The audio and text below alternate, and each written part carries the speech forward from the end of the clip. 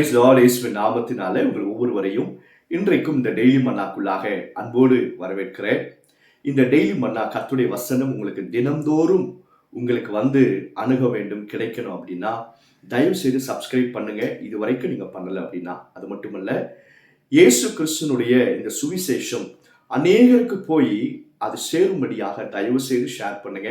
கர்த்தர் உங்களை ஆசீர்வதிப்பார். இன்றைக்கு கர்த்தருடைய வசனத்தை ஏசாயா தீர்க்கதரிசி எழுதின புஸ்தகம் 30வது அதிகாரம் 21வது வசனத்திலே நாம் வாசிக்கிறோம்.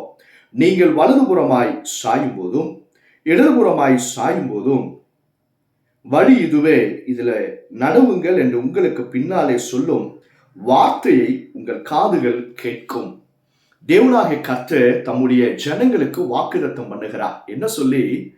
நீங்க வலதுபுறமாய் சாயும் பொழுதும் இடதுபுறமாய் சாயும் பொழுதும் இது இல்லை, இது இல்லை, இதுதான் வழி, இதுல நடவுங்கள் என்கிற சத்தத்தை உங்களுக்கு பின்னாலே நான் துணிக்க செய்வேன் அப்படின்னு சேனைகளின் கர்த்தர் சொல்லுகிறார்.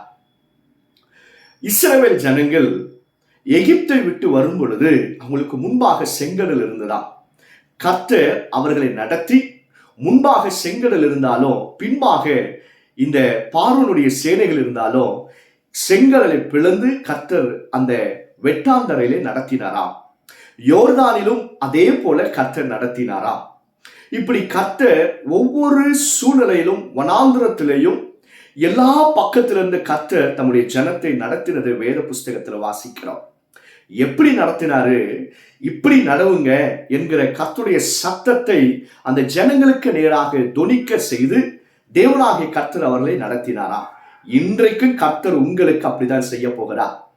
யாரை திருமணம் செய்வது தெரியலையா? எந்த இடத்துல வேலைக்கு போகணும் என்கிறது தெரியலையா? இந்த கடன் பிரச்சனையை நான் எப்படி அடைக்க போகிறேன்? இவ்வளவு பெரிய தேவை வந்திருக்க, இவ்வளவு பெரிய மெடிக்கல் எக்ஸ்பென்சஸ் வந்திருக்க, நான் எப்படி இதை சமாளிக்க போகிறேன் என்பது தெரியாம ஒரு பெரிய குழப்பத்துல கன்ஃபியூஷன் நீங்க தவித்து கொண்டிருக்கலாம். கர்த்தர் சொல்றாரு, பயப்படவே பயப்படாத. நீ வலதுபுறமாய் சாயும் பொழுதும் என்ன செய்யணும்னு சொல்லி தெரியாம வலதுபுறத்துல நீங்க சாயும் பொழுதும், என்ன செய்யணும்னு சொல்லி தெரியாம இடதுபுறத்துல சாயும் பொழுதும், இதுதான் வழி, இதுல நடவுங்கள் என்று கர்த்தர் உங்களோட பேசி உங்களுக்கு வெளிப்படுத்தி நிச்சயம் அவர் நடத்துவார். எப்ப நடத்துவார் அப்படின்னா, இதே அதிகாரத்துல 18ஆம் வசனத்துல கர்த்தருக்கு காத்திருக்கும் பொழுது, கர்த்தர் நீதி செய்கிற தேவனா, யாரெல்லாம் தேவனுடைய சன்னிதானத்துல காத்திருந்து ஜெபிக்கிறாங்களோ அவர்களுக்கு கர்த்தர் நிச்சயமாக ஒரு வழியை உண்டாக்குவார், வழியை திறப்பார், வழி நடத்துவார்.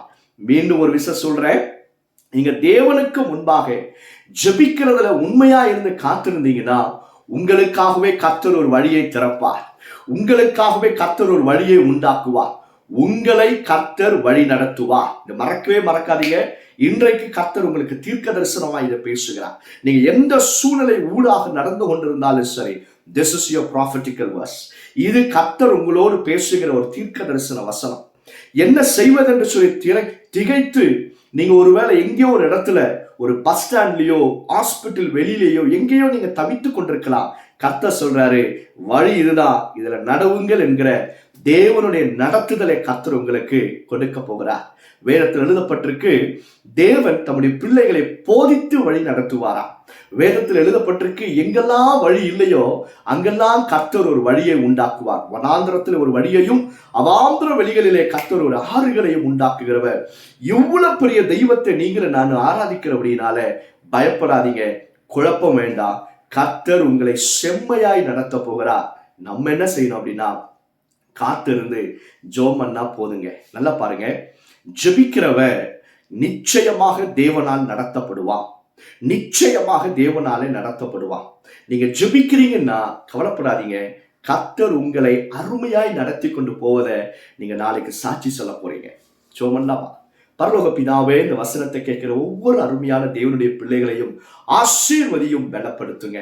நீர் உடைய பிள்ளைகளை வழி இதுவே, இதுல நடவுங்கள் என்கிற அந்த சட்டத்தை துணிக்க பண்ணி வழி நடத்தும்படியாக கெஞ்சி ஜெபம் பண்ணுகிற வழியை உண்டாக்குகிறவர் நீ, வழி நடத்துகிறவர் நீ. ஆண்டவரே, வழி இதுவே என்று சொல்லுகிற நீர் அல்லவா? இயேசுவின் நாமத்தினால் அவருடைய பிள்ளைகளை நீர் அப்படியாய் சரியாய் நடத்துவதற்காக ஸ்தோத்திரம். இயேசுவின் நாமத்தினால ஜெபிக்கிறோம் பிதாவே. ஆமென், ஆமென். God bless you. God bless you all.